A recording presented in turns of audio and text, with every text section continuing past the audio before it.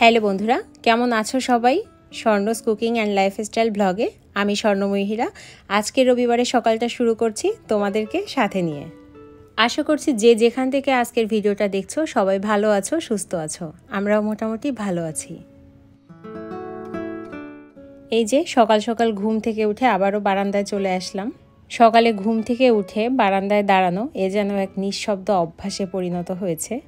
সবুজ গাছগুলোর দিকে যখন তাকাই তখন কেন জানি মনটা হালকা হয়ে আসে। আর যখন গাছে ফুল দেখি তখন তো কথাই নাই।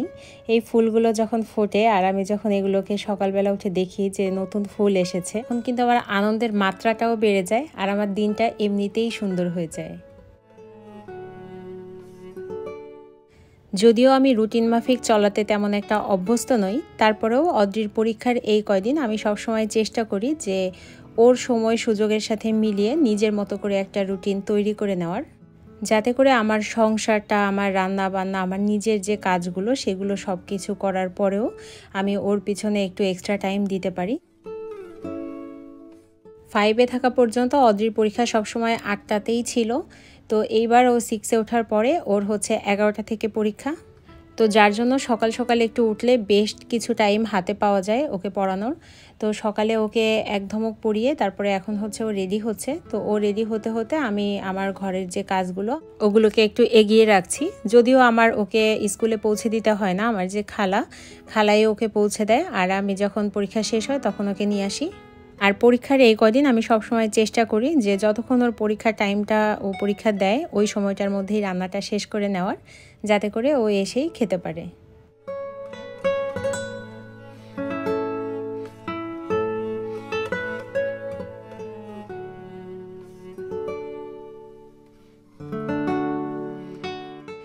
আগেই তো বলেছি যে অদ্রিকে খালা স্কুলে নিয়ে যায়, আর এদিকে দেখো খালা স্কুলে যাওয়ার আগে আমাকে সব তরি তরকারি মাছ কেটে ধুয়ে একদম রেডি করে দিয়ে গিয়েছে, যাতে করে ও স্কুলে যাওয়ার সাথে সাথে আমি রান্নাগুলো বসায় দিতে পারি। পরীক্ষার এই কয়দিনে আমি খালাকে সকালে ঘুম থেকে উঠেই বলে রাখি যে কি কি রান্না করব। যদি বাজার বাসায় থাকে তাহলে তো সেগুলোই রান্না করি, আর যদি কিছু না থাকে তাহলে সকালে খালাকে বাজারে পাঠিয়ে দিই। সকালবেলা খালা বাজার থেকে সব কিছু নিয়ে এসে তারপরে পরীক্ষা দিতে যাওয়ার আগে মানে 11টার আগে খালা এই যে সব কেটে ধুয়ে পরিষ্কার করে দেয়। আর এতে করে আমার সময়টা কিন্তু অনেক বেঁচে যায়, আর আমি খুব তাড়াতাড়ি করে কিন্তু রান্নাটা সেরে ফেলতে পারি। তো অনেক ব্লগার বা অনেক গৃহিণীদের দেখি এবং আমার মাকেও দেখি যে নিজেই কাটে, নিজেই ধোয়, নিজেই বাটে, নিজেই রান্না করে। তো তাদেরকে আসলে তখন সেলুট জানাতে মন চায় যে কিভাবে তারা এরকম পারে। আমার তো মনে হয় যে আমাকে কেউ গুছিয়ে না দিলে আমি ঠিকমতো রান্নাই করতে পারবো না।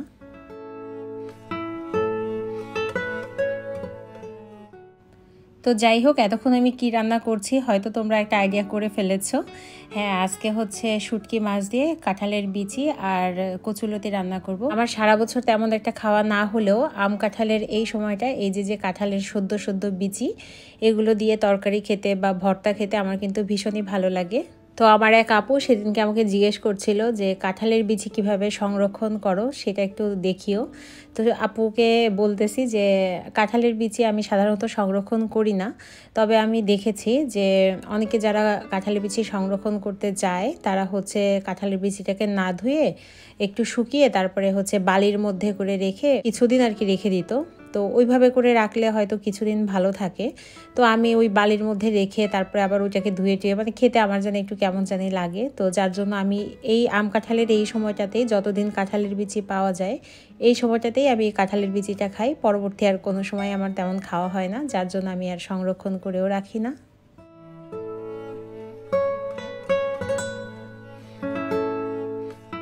কথা বলতে বলতে কিন্তু অনেকটা রান্না আমার এগিয়ে গিয়েছে। এখানে কিন্তু আমি দেখো সব কিছু আগে থেকে ভেজে তুলে রেখেছি, আর এখন হচ্ছে মশলা কষানোর পালা।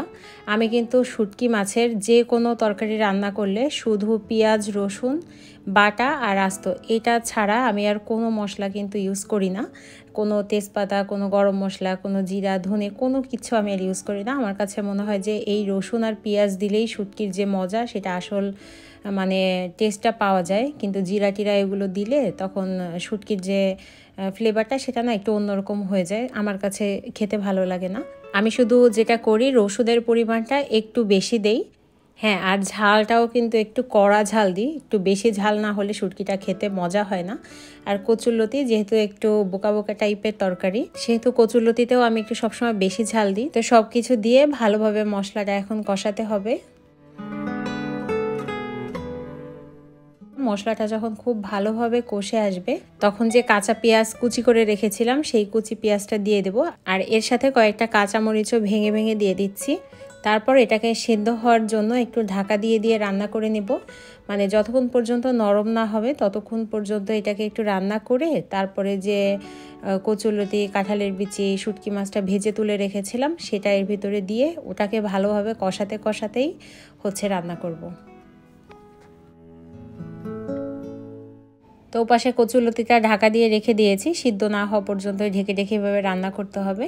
আর এই পাশে দেখো একটা জিনিস তোমাদের দেখাই, এই জিনিসটা খুবই প্রয়োজনীয় আর কাজের একটা জিনিস। আমার এক আপু আমাকে জিজ্ঞেস করেছিল যে ফ্রিজে আমি যে জিপলক ব্যাগগুলো আর কি, সেগুলো মানে নাম কি বা মানে কেমন হয় বা প্রাইস কেমন এইগুলো। তো এই যে দেখো এইটার বক্সটা আর কি এরকম দেখতে হয়। এই যে এখানে কিন্তু জিপ লকই লেখা থাকে, আর অন্য কিছু লেখা থাকে না, জিপ লকই এই ব্যাগগুলোর নাম।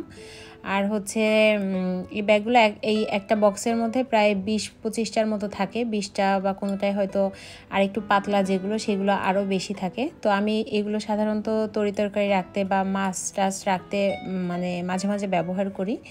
তো এগুলো আপু আমাকে জিজ্ঞেস করছিল যে কোথায় পাওয়া যাবে, দাম কেমন। তো পাওয়া যাবে যে কোনো বড় সুপার শপে গেলেই এগুলো পাওয়া যাবে, তবে দামটা এই মুহূর্তে আমার মনে নেই বা জানি না। আর এগুলো কিন্তু আমাকে ওই যে মেডিসিন কোম্পানি থেকে গিফট করে, তো যার জন্য আমার ওইভাবে করে কেনা কখনো লাগেনি। তো ওই জন্য একদম অ্যাকুরেট যে দামটা সেটা আমি বলতে পারবো না, তবে আমার কাছে মনে হয় যে 200-300-র মধ্যেই হয়তো দামটা থাকবে।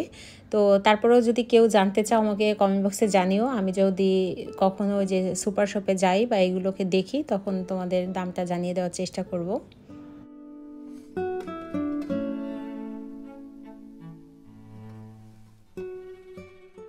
তো এই তো কথা বলতে বলতে কচুরলতিটা কিন্তু মোটামুটি সেদ্ধ হয়ে গেছে। এখন এটাকে জাস্ট তেল ছেড়ে দেওয়া পর্যন্ত একটু এই পাতিলে রেখে দেব। আর এখন যে পাতিলটা আমি রান্না করতেছি এটা কিন্তু আমার খুব শখের একটা পাতিল। পাতিল বললে ভুল হবে, এটা আসলে একটা কড়াই টাইপের। আর এই কড়াইটাতে রান্না করতেও যেমন সুবিধা, আর এটা এত হালকা এবং তাড়াতাড়িও রান্না হয়ে যায়। এবং দেখতে তো দেখতেই পাচ্ছ যে খুবই কিউট। আসলে এরকম কিউট কিউট হাঁড়ি পাতিলে রান্না করতে কিন্তু ভীষণই ভালো লাগে আমার। তো এই কড়াইটাও আমি একটা পেজ থেকে নিয়েছিলাম, আর ওই পেজের জিনিসগুলো আমার এত ভালো লেগেছে যে ওখান থেকে আমি পরপর অনেক জিনিস কিনেছি। তার মধ্যে দেখো এই যে আরেকটা, এটা এখনও আমার ইউজ করা হয়নি, যেভাবে এসেছে প্যাকেজিংটা আমি সেভাবেই করে রেখে দিয়েছিলাম যে তোমাদের সাথে নিয়ে আমি খুলবো। তো ওইটা থেকে এটা যখন হাতে নিলাম দেখলাম যে ওইটা থেকে এটা একই রকমই, কিন্তু এটা একটু ওজন বেশি আর ওটা একটু ওজন কম। এটা আমি সাধারণত নিয়েছিলাম একটু মাছ টাছ ফ্রাই করার জন্য। অনেক সময় আমরা ওই যে বারবিকিউ মাছ করি, তারপরে বা রূপচাঁদা মাছ যখন ফ্রাই করি তখন দেখা যায় একটু বড় ওরকম কড়াই টাইপের, মানে না ভেজে এরকম একটু ছড়ানো টাইপের জিনিসে ভাজলে একসাথে একটু বেশি মাছ ভাজাও যায়, আবার এটাকে ভালোভাবে একটু উল্টে পাল্টে রান্নাও করা যায়। তাছাড়া তোমার ওই যে সল্টের যে ভেজিটেবল বা এরকম টাইপের অনেক কিছুই আর কি এখানে মনে হয় রান্না করা যাবে। তো যখন রান্না করব তখন অবশ্যই তোমাদের সাথে শেয়ার করব। আর ভিডিওতে দেখে তোমরা কতটুকু বুঝতে পেরেছো না পেরেছো, তাও যার জন্য আমি দেখো হাতের মাপ দিয়ে একটু তোমাদের বুঝিয়ে দিচ্ছি। এখানে ধরো একটা হাতের মতো প্রায় রূপচাঁদা মাছ তো থাকে, এখানে প্রায় 2টা রূপচাঁদা মাছ বড় বড়, এখানে কিন্তু অনায়াসেই ভাজা যাবে। তো আমি যা তোমাদের সুবিধার জন্য একটুখানি বোঝানোর জন্যই আসলে হাত দিয়ে তোমাদের একটুখানি বুঝিয়ে দিচ্ছি যে এটা আসলে কতটা বড়। আর আমি আসলে বড় সাইজটাই নিয়েছিলাম, এটার মনে হয় আমার যতদূর জানা আছে হয়তো 2টা বা 3টা সাইজ আছে। আমি সবচেয়ে যে বড় সাইজ আমি সেটাই নিয়েছিলাম আর সেটাই তোমাদের সাথে দেখালাম। এপাশে কিন্তু আমার কচুরলতি রান্না একদম কমপ্লিট, আর রান্না করার পর এটার কালারটা দেখতে এমন হয়েছে। এটা কিন্তু খেতেও খুবই লোভনীয় হয়েছিল। তোমরা যদি বাসায় কেউ রান্না করে খেতে চাও আমার ভিডিওটা দেখে করে খেতে পারো, তাহলে দেখবে তোমাদের কাছে কিন্তু অনেক ভালো লাগবে। আর কিন্তু শুধু কচুরলতি রান্না করিনি, সাথে কিন্তু আরও অনেক কিছু রান্না করেছি। তো ওগুলো আর দেখালাম না, কারণ এগুলো করতে করতেই প্রায় 2টার মতো বেজে গিয়েছিল, যার জন্য আমি ঝটপট রেডি হয়ে অদ্রিকে স্কুলে আনতে চলে গিয়েছিলাম, যার জন্য আর বাকিটার ভিডিও করা হয়নি। তো যাই হোক, এই যে স্কুল থেকে ওকে নিয়ে এসে তারপরে হচ্ছে স্নান করতে চলে এসেছি। আর সেদিনকে আমার এক আপু আমাকে জিজ্ঞেস করছিল, ওটা আমাকে পার্সোনালি আসলে আমার মেসেঞ্জারেই জিজ্ঞেস করতেছিল যে আমার চুল আগে নাকি অনেক ফ্রিজি ছিল, এখন নাকি একটু হেলদি হয়েছে বা একটু শাইনি হয়েছে বা একটু সফট হয়েছে, তো আমি কি ইউজ করি। তো আসলে আমি চুলের পিছনে কিন্তু তেমন কিছুই ইউজ করি না, জাস্ট নর্মালি মানুষ যা করে চুলে শ্যাম্পু করার আগে চুলটা একটু তেল দিয়ে রাখি, মাঝে মাঝে একটু লেবু মিশিয়ে দিই তেলের সাথে, আর জাস্ট শ্যাম্পু কন্ডিশনার এটাই আমি চুলে ইউজ করি। পাশাপাশি মাঝে মাঝে স্নান করার পর আমি চুলের যে সিরাম আছে সেই সিরামটা লাগিয়ে তারপরে হচ্ছে চুলটা শুকিয়ে নিই, জাস্ট এটুকুই করি, আর তেমন কিছুই চুলের পিছনে করি না।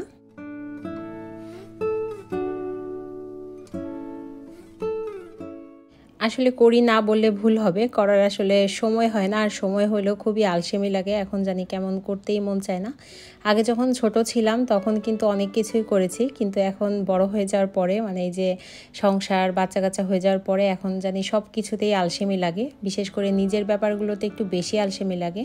তারপরেও আমি চেষ্টা করি সবসময় যে নিজের যে ব্যাপারগুলো সেগুলোকে একটু মনোযোগ দেওয়ার, না হলে দিন শেষে নিজের দোষে নিজেকেই সাফার করতে হবে, ওইটা ভেবেই আসলে নিজেকে সময় দিই। তো যাই হোক, যেহেতু সবার পরীক্ষা, হাতে সবার সময় কম, তাই জন্য আজকের ভিডিওটা একটু ছোটই করলাম। তো পরবর্তী ভিডিও দেখার আমন্ত্রণ জানিয়ে আজকে সবার কাছ থেকে এখানেই বিদায় নিচ্ছি। সবাই ভালো থেকো, সুস্থ থেকো। আর আমার আজকের ভিডিওটা তোমাদের কাছে কেমন লাগলো জানিও, ভালো লাগলে একটা লাইক করে দিও। Bye bye.